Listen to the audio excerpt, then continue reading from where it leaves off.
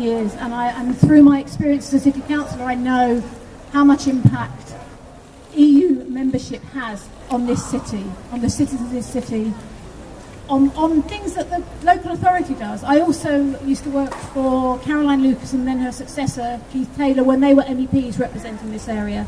So I have an in-depth knowledge of how the EU works and how it has benefited us, as well as some of the problems, because it's not perfect, but we can't change it from the outside. So, I'm really saddened by the referendum result and all that it says about how divided and broken this country is, and how broken our political system is. But I'm also heartened by the response in Oxford that's led to this gathering and the gathering last month. And once again, and also the fact that we are standing in the heart of a city where 70% voted Remain. I think that's something to be very proud of. Yeah.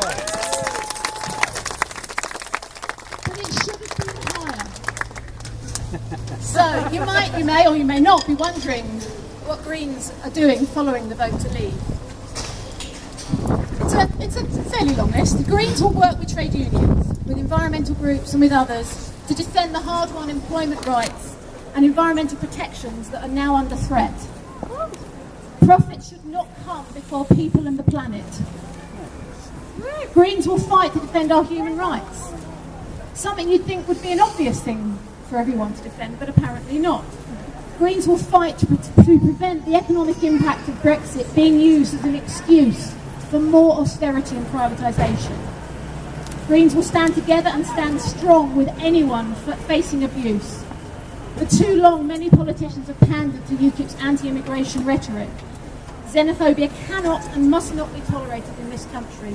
I've experienced the first bit of anti-Semitism in years from a Leave voter who I've known since the early 80s.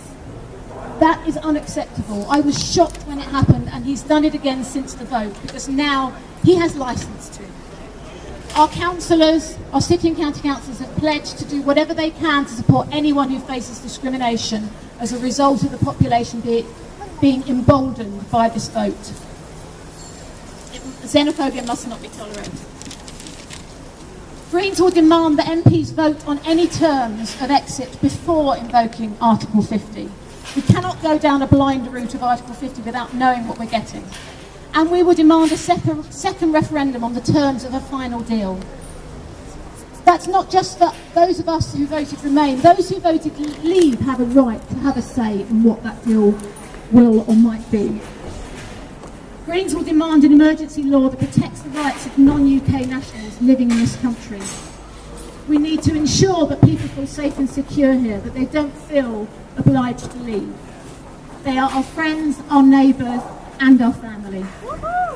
Yeah.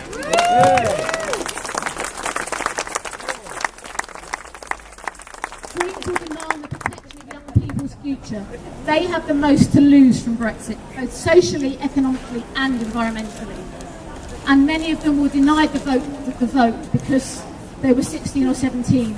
We think that is fundamentally wrong, and we will carry on despite very sad news yesterday that Caroline Lucas's bill to bring in proportional representation and votes for 16 to 17-year-olds lost by 7 votes.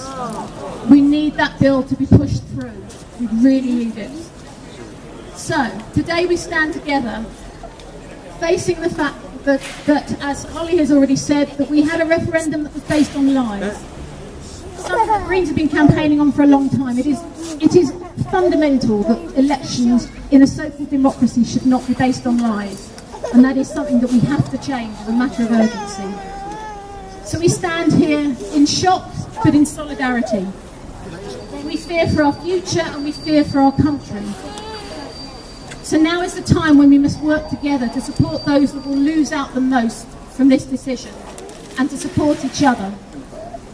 But we must also reach out to Leave voters, who will all, at some point and in some way, realise the true impact of their vote. And I have to say that I've just met a man here who is in exactly that position, and I think we have to welcome him and thank him for having the courage to turn out today.